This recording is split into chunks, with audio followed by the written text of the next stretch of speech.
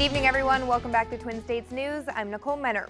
Earlier this week, we found out that Mississippi State quarterback Nick Fitzgerald won't be getting the start in the Bulldogs season opener due to a one-game suspension. So in steps sophomore Keaton Thompson, who will be making his second career start on Saturday.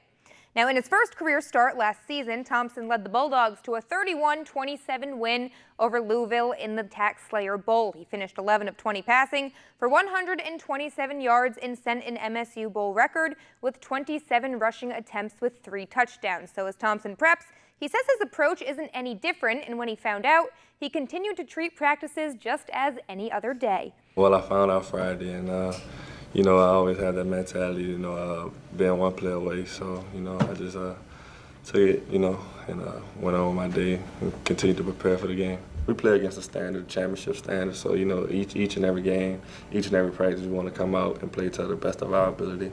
We're not trying to beat Stephen F. Austin. We're trying to play to our championship standard. I love football. I've been playing it for a long time. I really can have fun, and open up out there. I feel different out there. I mean, it's a very good and fun environment. If you ever played football, being out there with all the guys is just a real great experience. And the Rebels kick off their season against Texas Tech Saturday afternoon, marking their 6th overall meeting.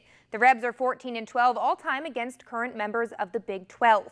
The offense will be returning 8 starters that led the SEC in passing and ranked top 20 in total offense, passing, and red zone offense.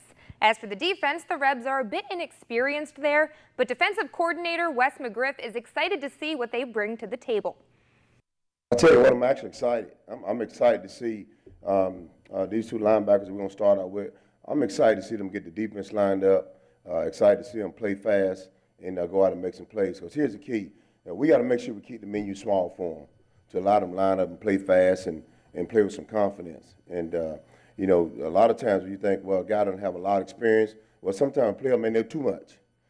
So I'm excited to see these guys get out there for the first time and get their cleats in the grass and get going, and we'll give them a simple menu so they'll be able to attack the offense.